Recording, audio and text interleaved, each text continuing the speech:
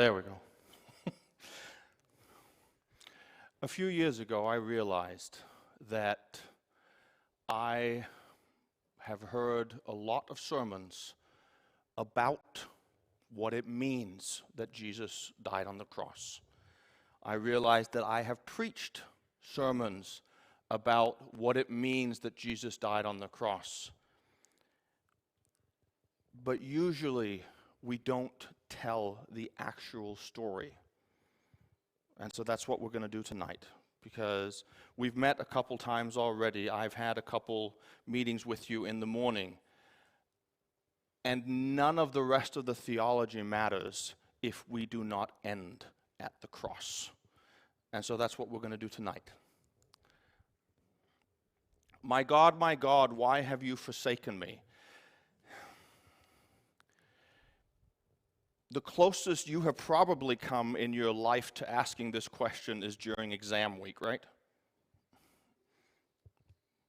Or it might be when your parents got divorced.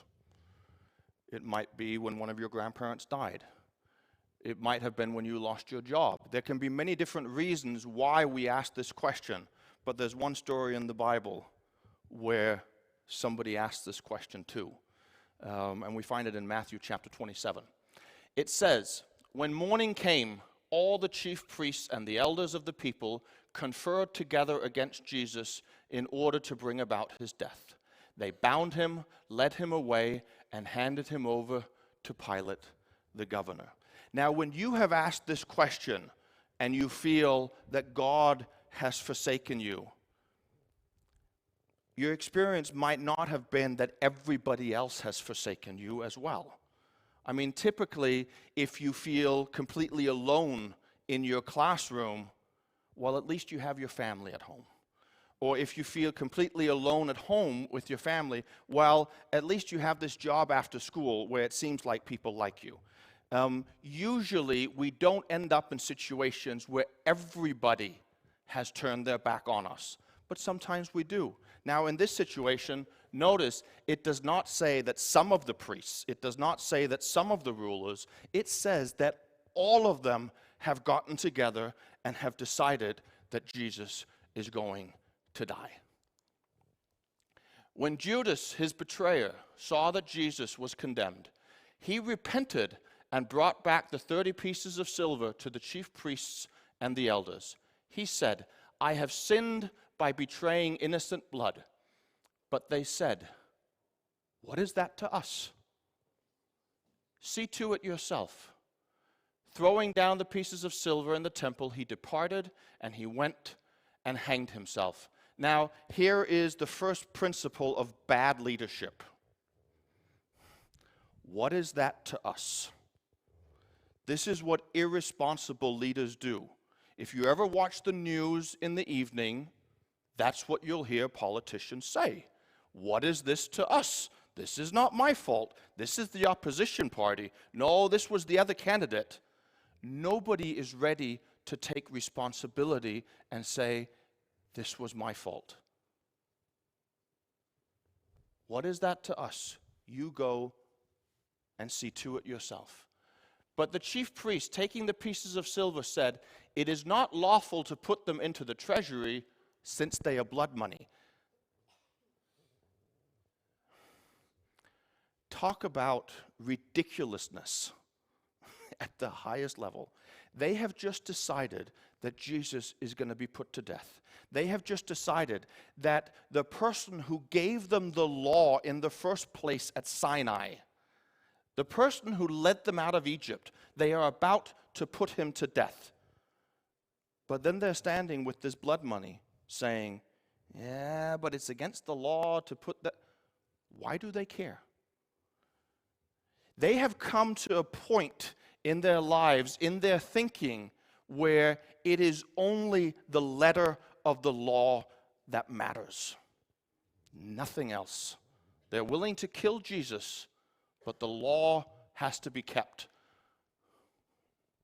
After conferring together, they used them to buy the potter's field as a place to bury foreigners. For this reason, that field has been called the field of blood to this day. Then was fulfilled what had been spoken through the prophet Jeremiah. And they took the 30 pieces of silver, the price of the one on whom a price had been set, on whom some of the people of Israel had set a price, and they gave them for the potter's field as the Lord commanded me. And the person who believes in karma says, now wasn't it good that they decided to put Jesus to death? Otherwise the foreigners would not have had a site for burial. Now none of you would say that. But maybe you would say something like this, or maybe you've heard something like this. I remember standing in Copenhagen waiting for my Norwegian flight that for some reason was late. I don't know why. But I was waiting for my Norwegian flight to take me home to Aalborg. And as I was standing there waiting, I was hoping, please God, let me make this flight. And the bus was late, and the bus was still late, and I wasn't going to make it. And finally I get a text message where it says my flight had been delayed. And I was like, thank you, Jesus, I get to come home. Wasn't it wonderful that 200 other people got delayed so that I could make it home? This is what we do sometimes. We try to come up with reasons for our inconvenience. God would not let this happen to me unless there was a reason for it. That's called karma. It's not called Christianity. It's not a good thing that they are going to put Jesus to death so that there will be a burial plot for foreigners. It's fine that they end up doing that burial plot, but it would have been a lot better if they hadn't plotted together. Now Jesus stood before the governor, and the governor asked him, "Are you the king of the Jews?" Jesus said, "You say so." But when he was accused by the chief priests and the elders, he did not answer. Then Pilate said to him, "Do you not hear how many accusations they make against you?" But he gave him no answer, not even to a single charge, so that the governor was greatly amazed. Jesus knows the difference between when to speak up and when to shut up. And that's something that we need to learn as well. We need to learn the difference between when to tell the story and when not to.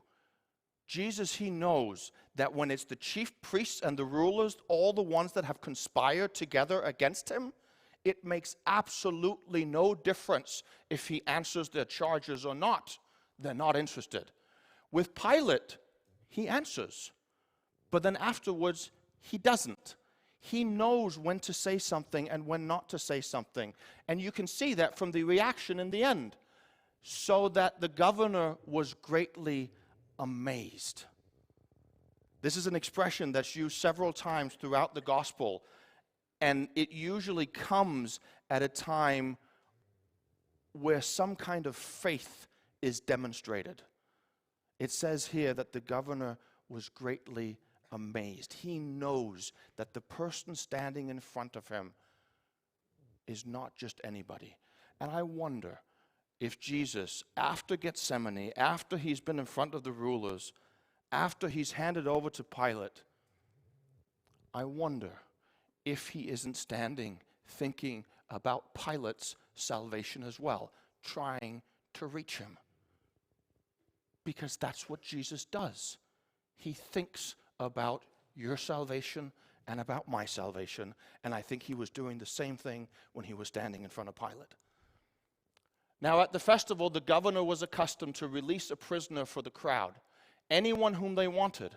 At that time, they had a notorious prisoner called Jesus Barabbas. So after they had gathered, Pilate said to them, "Whom do you want me to release to you, Jesus Barabbas or Jesus who is called the Messiah?" Now the ironic thing here is that Barabbas, pronounced in Greek Bar-Abbas, actually means son of the Father. Who do you want me to release to you? Jesus, son of the Father, or Jesus who is called the Messiah? Now, in front of them, they have two choices. Jesus, who is called the Messiah, who is actually the Son of the Father, the Son of God, or do they want Jesus, Barabbas, son of the Father, who claims to be able to lead them to victory? They're facing a choice about what kingdom they want to be part of, what kind of Messiah they want. Now, Jesus Barabbas is the kind of guy that if he sees a Roman, he will kill him, and he has no problem, and that's how he's going to lead the revolution. Jesus, who's called the Messiah, wants to do it differently. We talked about that last night, the difference between authority and how you serve.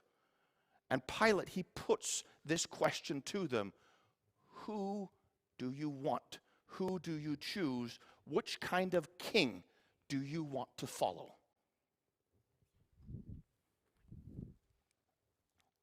For he realized that it was out of jealousy that they had handed him over.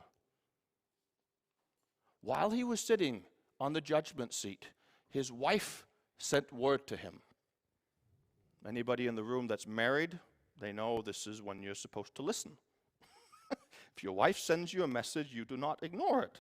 It's one of the most important text messages on my phone. It's when my wife, she writes me. Have nothing to do with that innocent man, for today I have suffered a great deal because of a dream about him. Now Pilate is screwed. What's he supposed to do? His wife has had a dream. Now, this is not only interesting because his wife has sent him a message, and of course, he wants to listen. It's also interesting that his wife has been given a dream. This shows that Pilate is not completely devoid of spirituality. This is not some guy who doesn't know that there is more between heaven and earth. His wife has had a dream. Has God given her a dream? We don't know. Maybe. And Pilate is standing there, and he does not know what to do. What decision is he going to make? Now the chief priests and the elders persuaded the crowds to ask for Barabbas and to have Jesus killed. Notice what the author does here. Before he was saying Jesus Barabbas or Jesus who was called the Messiah. Now he's just saying Barabbas or Jesus. We know who the true one is. Which of the two do you want me to release to you? And they said, Barabbas. Pilate said to them, then what should I do with Jesus who is called the Messiah? All of them said, let him be crucified. Then he asked, why? What evil has he done? But they shouted all the more, let him be crucified. It's almost as if we can tell that Pilate does not understand why they want him to die. He knows he's innocent. What is going on? Pilate is looking for a way out.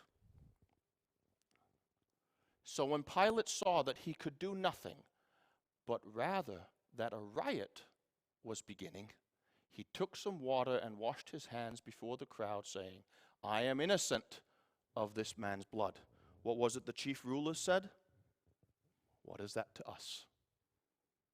Pilate, what is it takes for him to say this is not my responsibility? It says when it looked like there was going to be a riot. Pilate is governor of Judea, one of the most problematic provinces of the Roman Empire. Pilate is on his way up. And when he sees that there is about to be a riot, he knows that this can have political consequences for himself. Then suddenly Jesus isn't worth as much.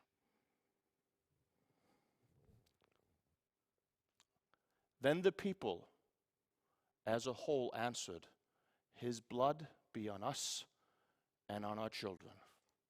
They had no idea what they were saying, because this comes true about 30, 40 years later with the destruction of Jerusalem. So he released Barabbas for them, and after flogging Jesus, he handed him over to be crucified. And now this is the part that we usually skip. And whether it's because, I don't know if any of you have watched Mel Gibson's rendition of The Passion of the Christ, where the physical torture comes out to the extreme. And as Adventists, sometimes we have kind of a tendency to brush this away because we think it's too Catholic. But it's part of the story. And it's important to hear this part of the story because it's important to remember that this happened to him so that it won't happen to you. Then the soldiers of the governor took Jesus into the governor's headquarters, and they gathered the whole cohort around him. They stripped him and put a scarlet robe on him. And after twisting some thorns into a crown, they put it on his head. They put a reed in his right hand and knelt before him and mocked him, saying, "Hail, King of the Jews." They spat on him and took the reed and struck him on the head. After mocking him, they stripped him of the robe and put his own clothes on him. Then they led him away to crucify him. As they went out, they came upon a man from Cyrene named Simon. They compelled this man to carry his cross. And when they came to the place called Golgotha, which means place of a skull, they offered him wine to drink mixed with gall. But when he tasted it, he would not drink it. And when they had crucified him, they divided his clothes among themselves by casting lots. That's a direct fulfillment of a prophecy given by David in Psalm 22, almost 1,000 years before this happens. You can go home and read it tonight. Psalm 22 begins with the words, my God, why have you forsaken me?" And in that psalm, David describes exactly what it is that happens at the cross. Then they sat down there and kept watch over him. Over his head they put the charge against him, which read, "This is Jesus, the King of the Jews." Do you remember the story last night of the two brothers that came and asked for positions in the kingdom? The mother says, "Please let one of them sit on your right hand and one of them on your left." And Jesus told them, "You don't know what you're asking." And this is why we need to know the stories that come before. Listen to this. Then the two bandits were crucified with him, one on his right and one on his left.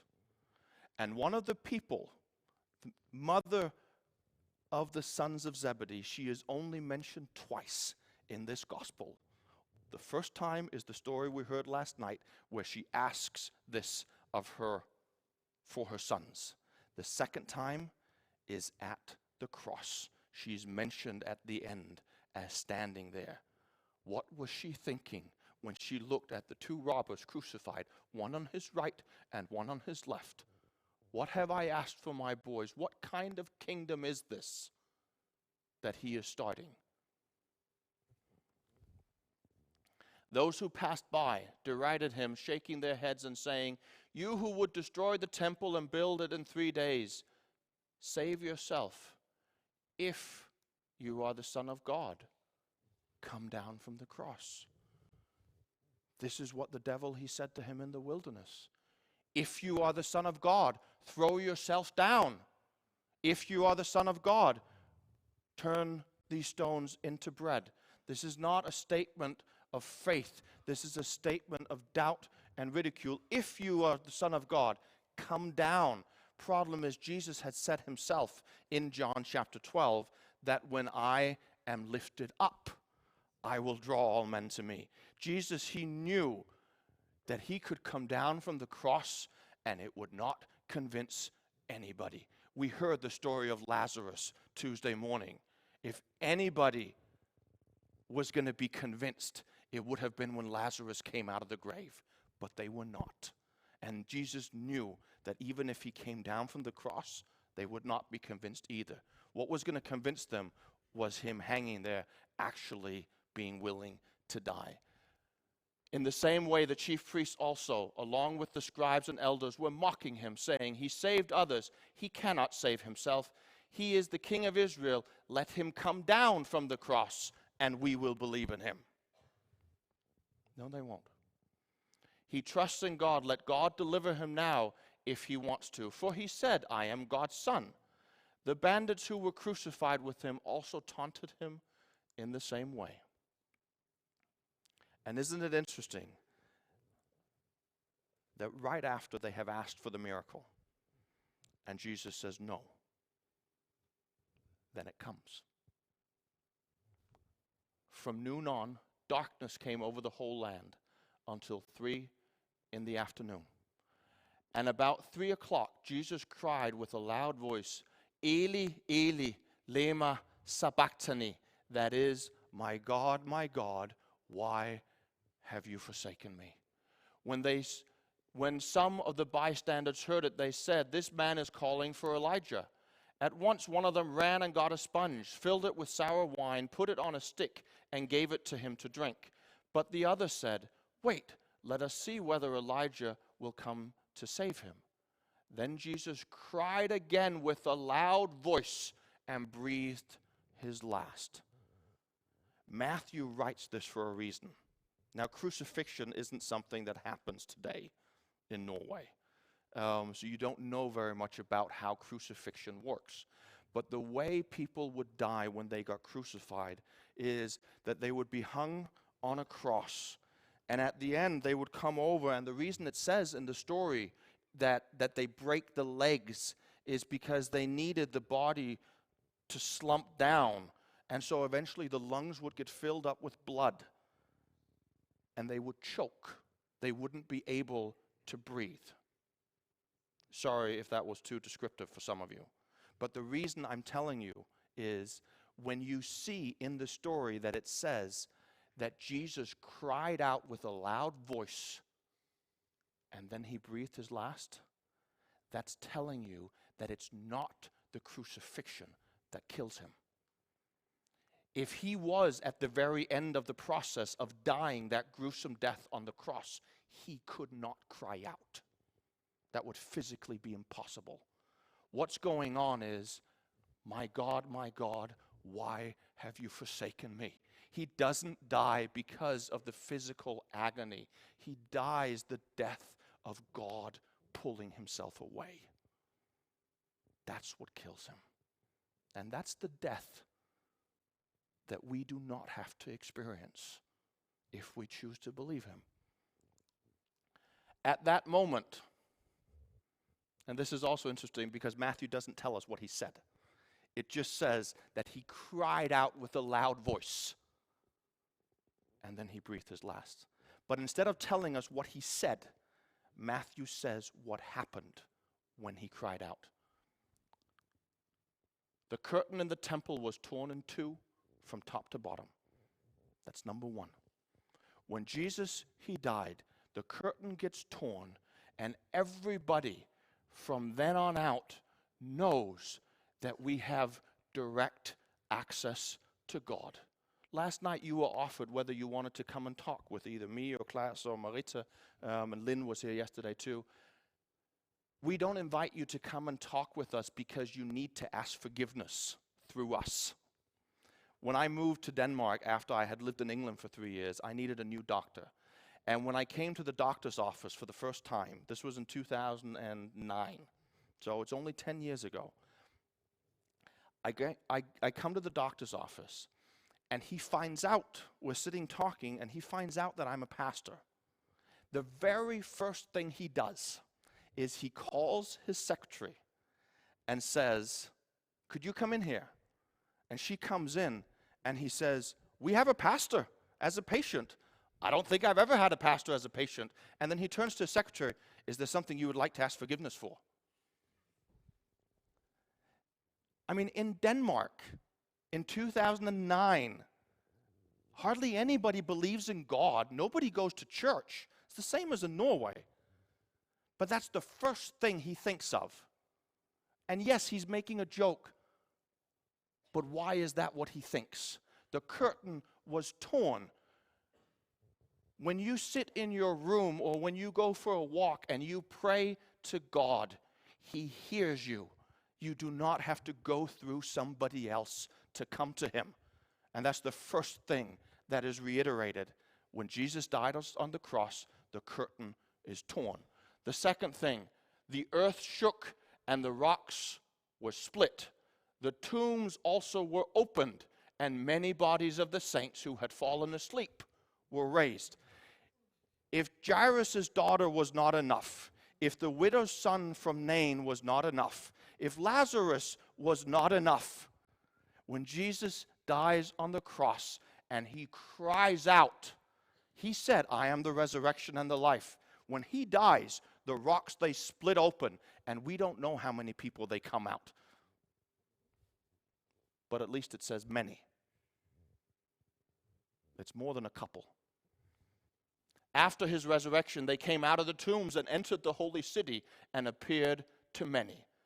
Now when the centurion and those with him who were keeping watch over Jesus saw the earthquake and what took place, they were terrified and said, "Truly this man was God's Son." Even the hardened Roman soldiers that had driven the nails into his hands, when they saw him die, they knew that this was not an ordinary man. This was the Son of God. And that's what this story can do. Many women were also there looking on from a distance. Notice, girls, if anybody ever tells you that you can't become a pastor because you're a woman, notice that all the men are gone. It's only the women that are left. Many women were also there looking on from a distance. They had followed Jesus from Galilee and had provided for him. Among them were Mary Magdalene and Mary, the mother of James and Joseph, and the mother of the sons of Zebedee, looking at the two robbers, one on the right and one on the left. When it was evening, there came a rich man from Arimathea. Now he's dead. Now the rich guys who had chosen to believe in him appear. Named Joseph, who was also a disciple of Jesus. He went to Pilate and asked for the body of Jesus. Then Pilate ordered it to be given to him. I want you to imagine what Joseph of Arimathea must have felt like. He had not said while Jesus was alive how he felt. And I don't know if that's where you're at, that you haven't actually said yet where you're at and that you believe in him. Joseph of Arimathea, he had to see him die first. Now he would say something. So Joseph took the body and wrapped it in a clean linen cloth and laid it in his own tomb, which he had hewn in the rock. He then rolled a great stone to the door of the tomb and went away. Mary Magdalene and the other Mary were there sitting opposite the tomb. When Jesus dies, Joseph of Arimathea is heartbroken. I wish he was a member of the council. I wish I would have spoken up. Maybe I could have saved him. But now that he's dead, yes, he can have my tomb. The next day, and which day did he die? Friday. Here come the legalist Jewish leaders who on the Sabbath would never enter the home of a Gentile. But we need to make sure that Jesus stays in the tomb. So we'll make an exception. Now we'll actually break the law. We need to make sure that he stays dead. The next day, that is after the day of preparation, the chief priests and the Pharisees gathered before Pilate and said, "Sir, we remember what that impostor said while he was still alive. After 3 days I will rise again. Therefore, command the tomb to be made secure until the 3rd day. Otherwise, his disciples may go and steal him away and tell the people he has been raised from the dead. And the last deception would be worse than the first." They know that if the story of the resurrection gets out, there is nothing that is going to be able to stop it. And you know what? They were right. Because in 2019, I'm standing here in front of you. We're still telling the story. Because nothing can stop it. Pilate said to them, "You have a guard of soldiers. Go, make it as secure as you can." This tells me again something about Pilate. It's like, yeah. You go guard the tomb. Let's see what happens. So they went with the guard and made the tomb secure by sealing the stone. They did everything they could to keep him there. And tomorrow night we're going to hear a story that comes after, because he doesn't stay there. Nothing can keep him in that grave. But he died to save you and me. Question is, what are you going to do with this story? And how is it going to speak to you? We're going to watch a little music video by an artist named Ray Boltz, and it's called "Watch the Lamb."